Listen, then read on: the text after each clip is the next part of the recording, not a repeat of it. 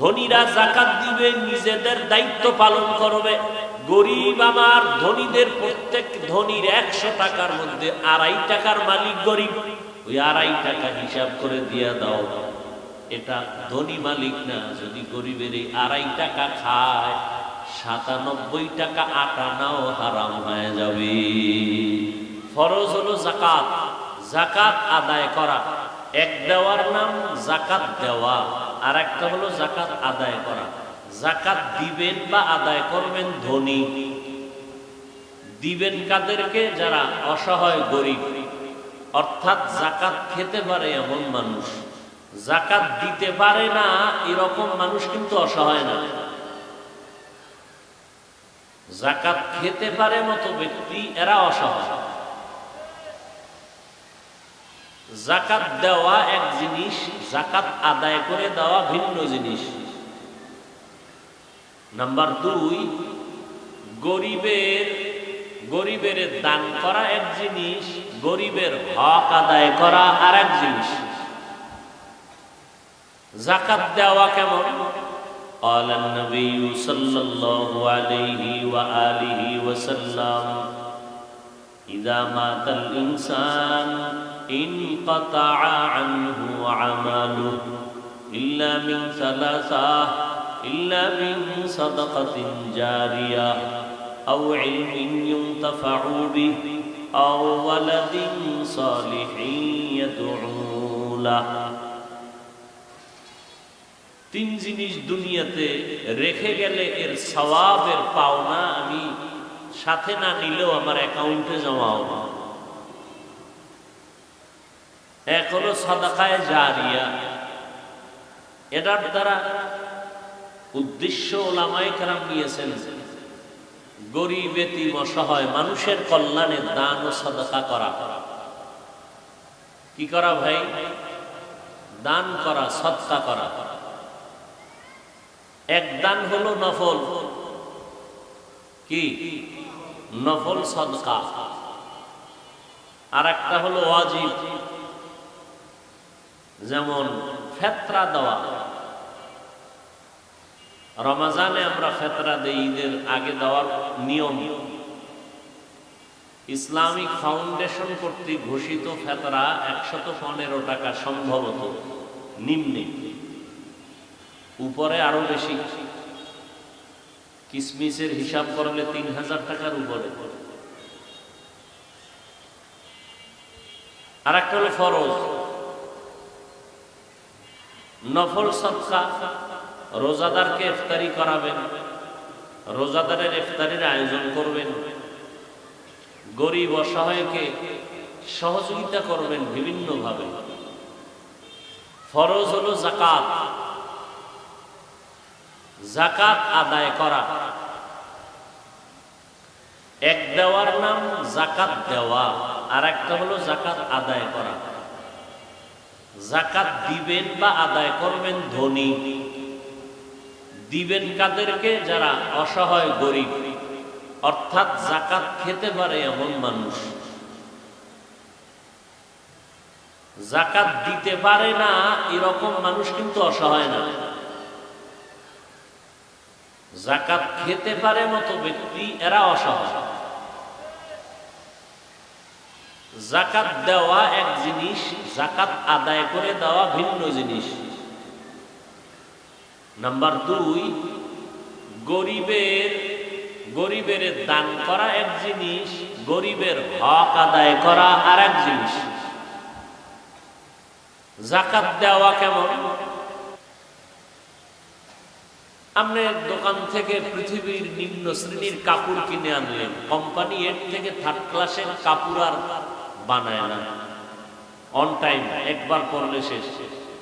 কথা বুঝেন নাই? সেই কাপড়গুলো এনে মানুষকে লাইনে দাঁড় করায় মাইকিং করে যাকাত দেয়, এটার নাম দেওয়া। এটার নাম কি? আর একটা হলো যাকাত আদায় করা। যাকাত আদায় করেছেন আম্মা জান আয়েশা রাদিয়াল্লাহু আনহা।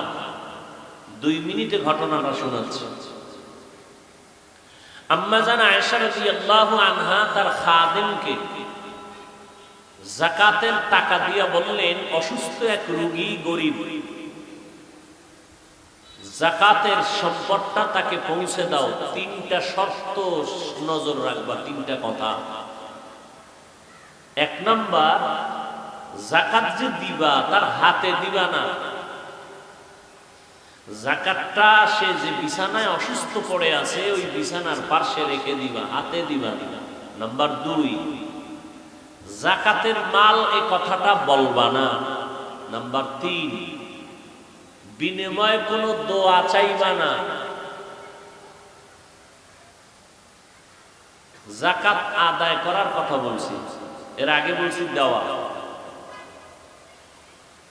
শরীয়তে যাকাত আদায় করতে বলা হয়েছে, দিতে বলা হয় নাই। আদায় করা, দেওয়া। দেওয়া মানে আমি রেডি রাখলাম, নেও, দিলাম। আদায় করা মানে যে যাকাত পাবে তার কাছে পৌঁছাইয়া দেওয়া। বুঝাইতে পারছি? আম্মা জানের কথা মতে যাকাতের মাল দিয়ে চলে আসে। আম্মা জানকে প্রশ্ন করলেন, তিনটা কথা বলার পেছনে রহস্য কি? আম্মা জান আয়েশা রাদিয়াল্লাহু আনহা বললেন, যাকাত আদায় করা শরীয়ত, কিন্তু তার হাতে দিতে নিষেধ করেছি। কারণ হলো তিনি হলো পাওনাদার, আমি ঋণী, আমি দেনাদার। ভালো করে মনে রাখবেন, যাকাত দেওয়া এটা দয়া না, কিনা? ধনীরা যাকাত দিবে, নিজেদের দায়িত্ব পালন করবে। গরিব আমার, ধনীদের প্রত্যেক ধনীর 100 টাকার মধ্যে 2.5 টাকার মালিক গরিব। ওই 2.5 টাকা হিসাব করে দিয়া দাও। এটা ধনী মালিক না। যদি গরিবের এই 2.5 টাকা খায়, 97 টাকা আটা নাও হারাম হয়ে যাবে। আর মাইয়া বুলার সন্তান, স্ত্রী, পরিবারের কিডনি গুলো শেষ হয়ে যাবে, মরার আগেই মরবে। বুঝেন না কথা?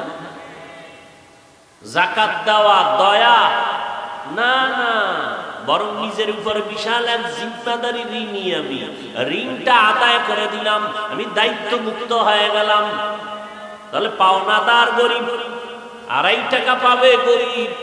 আম্মা জান আয়েশা বললেন, টাকা পৌঁছাইয়া দাও, তার হাতে দিবা না, নিচে রাখতে কেন বললাম? যদি দাও তার হাত থাকবে নিচে, তোমার হাত উপরে, তার মানে সে হবে গ্রহিতা, আমি হব দাতা। না, গ্রহিতা ছোট হয়, সে তো পাওনাদার, সে তো ছোট হওয়ার না। অতএব সে নিচে রাখবা, হাত দিয়ে তুলে নিলে সে বড়। বুঝেননি? বুঝেই থাকবেন। আর খোলার কোন রাস্তা এই জমিনে পাবেন কিনা মরার আগে, আল্লাহু আ'লাম। 2 নাম্বার, যাকাত দেও যেটা বলবা না, এটা যাকাত। আর আমরা মাইক লাগাই, আইও 3rd ক্লাসের কাপড় দিব যাকাত, এই ভিডি লাগাও, দুই একটা মরো। ঠাডা ভাঙ্গা রোদের মধ্যে সুটকি হয়ে যাও দাঁড়ায় দাঁড়ায়।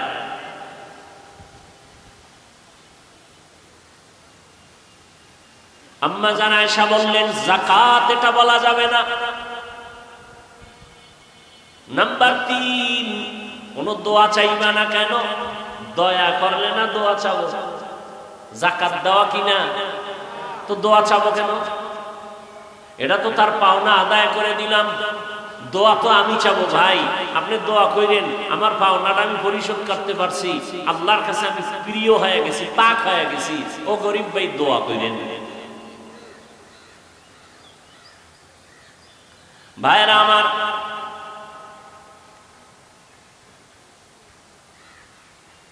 তাহলে কবরে কি নিয়ে যাব? একটু নিজে আমল নিয়ে যাব, আর কিছু আমল আছে রেখে যাবে, এটার সওয়াব অ্যাকাউন্টে পৌঁছতে থাকবে কিয়ামত পর্যন্ত। এর মধ্যে একটা কি? সাদাকায়ে জারিয়া। আর একটা হলো কোরআন ও হাদিসের ইলম অর্জন করে কাউকে শিখাইয়া যাওয়া, আলেম হওয়া, আলেম বানায়া দেওয়া। আমি একজনকে আলেম বানায় দিলাম, অর্থ দিয়া সহযোগিতা করলাম, এর একটা সওয়াব আমি পেতে থাকবো। আলেম বানায় দিলাম, চাই আমি কোরআন পড়াইয়া বানাই, সার্বিক সহযোগিতা করে বানাই। যেমন আপনি আলেম হতে পারেন নাই, একটা ছেলেরে আলেম বানাইছেন, অথবা কোনো গরিবকে আপনি টাকার সহযোগিতা করে মাদ্রাসায় পড়ার খরচ দিছেন, সে হাফেজ আলেম হয়ে গেছে, এটা সব পাবেন না? কেমন পাবেন? এই সন্তান যত বান্দাকে কোরআন শিখাবে, এর প্রত্যেকটার সওয়াবের অংশ আপনি কবরে পেতে থাকবেন। 3 নাম্বার, নেককার সন্তান রেখে যাবেন। কি সন্তান? নেককার। নেককার সন্তান মানে নেক আমলওয়ালা সন্তান, মানে বড় আলেম থুয়ে যাইবেন বিষয়টা কিন্তু এমন না। নেক আমলওয়ালা, আলেম না হয়ে কি আমল করতে পারে না? পারে। নেক আমলওয়ালা সন্তান রেখে যাবেন, ও যত আমল করবে এর সওয়াব মা বাবা কবরে পেতে থাকবে। তাহলে দুনিয়াতে এই 3টা জিনিস রেখে যাব, আর টুকটাক আমল আমি কবরে নিয়ে যাব। এখন আমাদের হিসাব মিলানোর দরকার। দোকানওয়ালারা ব্যবসা করে, দোকানদারি করে, বছরে একটা সময় তার হিসাবকে ক্লোজ করে দেয়, হাল খাতা করে, করে না? করে না? করে। রমজান আমাদের আমলের হিসাবের ক্লোজের সময়। এজন্যই তো নবী দোয়া করতেন, আল্লাহুম্মা বারিক লানা ফি রাজাব ওয়া শাবান ওয়া বাল্লিগনা রমাযান। আয় আল্লাহ, রজবে বরকত দান করেন, শাবানে বরকত দান করেন, রমাজানে বরকত দান করেন না কইয়া আল্লাহর নবী বলেন রমাজান পর্যন্ত আমাকে পৌঁছাইয়া দেন। শাবানে বরকত দান করেন, রজবে বরকত দান করেন, আর রমাজানে বরকত দান করেন না বলে বলছেন রমাজান পর্যন্ত পৌঁছাইয়া দেন। হায়াত কম থাকলেও বাড়ায়া রমাজান পৌঁছাইয়া দেন, মরলে রমাজানে মরি, আগে নয়।